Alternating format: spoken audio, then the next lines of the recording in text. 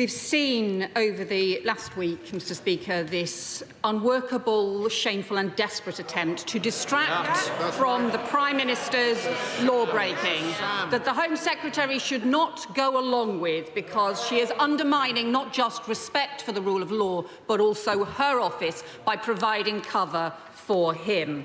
The policies that she has announced today are unworkable, unethical and extortionate in the cost for the British taxpayer. There's no information from the Home Secretary about the costs today. Will she admit the 120 million she's announced doesn't pay for a single person to be transferred? She hasn't actually got an agreement on the price for each person. In fact, the £120 million is the eye-watering price the Home Office is paying just for a press release. So what's the rest of the cost? What is this year's budget? How many people will it cover? The Home Office has briefed it might be £30,000 per person to cover up to 3 months' accommodation, but that is already 3 times more than the ordinary cost of dealing with an asylum case in the UK, and her statement says she's going to provide 5 years of cost. Well, in Australia, offshoring costs £1.7 million per person. That is over 100 times more than the ordinary asylum cost from here. So where is all the money going to come from in order to fund this plan? She says she's going to save money on hotels, but the only reason we're paying a fortune in hotel costs is because the Home Office decision-making has totally collapsed. On her watch, Home Office are only taking 14,000 initial asylum decisions a year. That is half what they were doing 5 years ago, half.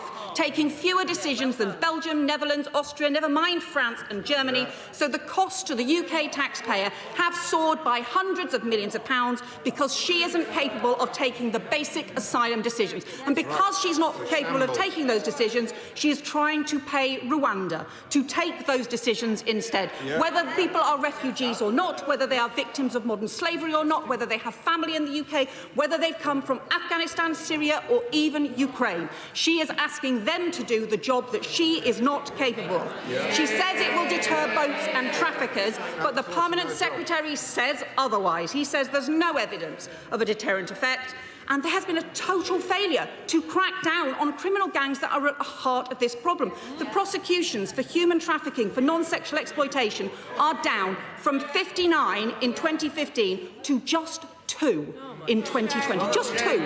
Well, the criminals won't be deterred because someone they exploited was sent to Rwanda. They don't give money-back guarantees, which means they lose money if their victims end up somewhere else instead. They will just spin more lies, and she is totally failing to crack down on those criminal gangs.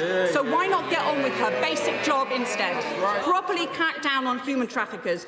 Do the serious work with France and Belgium to prevent the boats setting off instead. She didn't even mention in this statement, and make decisions fast.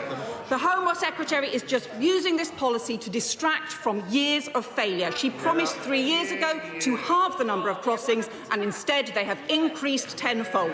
And this will make it worse for trafficking. The top police chief and modern slavery commissioner has said her legislation will make it harder to prosecute traffickers. When Israel tried paying Rwanda to take refugees and asylum seekers a few years ago, independent reports showed it increased people smuggling and increased the action of the criminal gangs. And that is the damage she is doing. She is making it easier for the criminal gangs and harder for those who need support.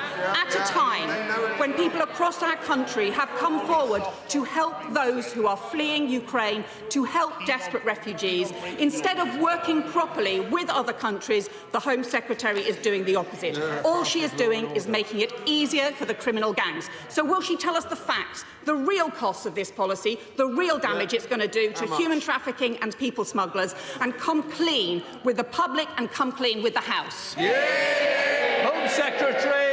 Thank you, Mr. Speaker. Well, Mr. Speaker, I should just say that response was just somewhat wholly predictable, if I may say so. And I think it's important just to say to everyone in the House right now, you cannot put a price on saving human lives. And I think everyone will respect that completely. And, Mr. Speaker, if I may, the Honourable Lady was a minister in the Blair government when the powers that have given this government to undertake the legal basis of this policy were introduced back then.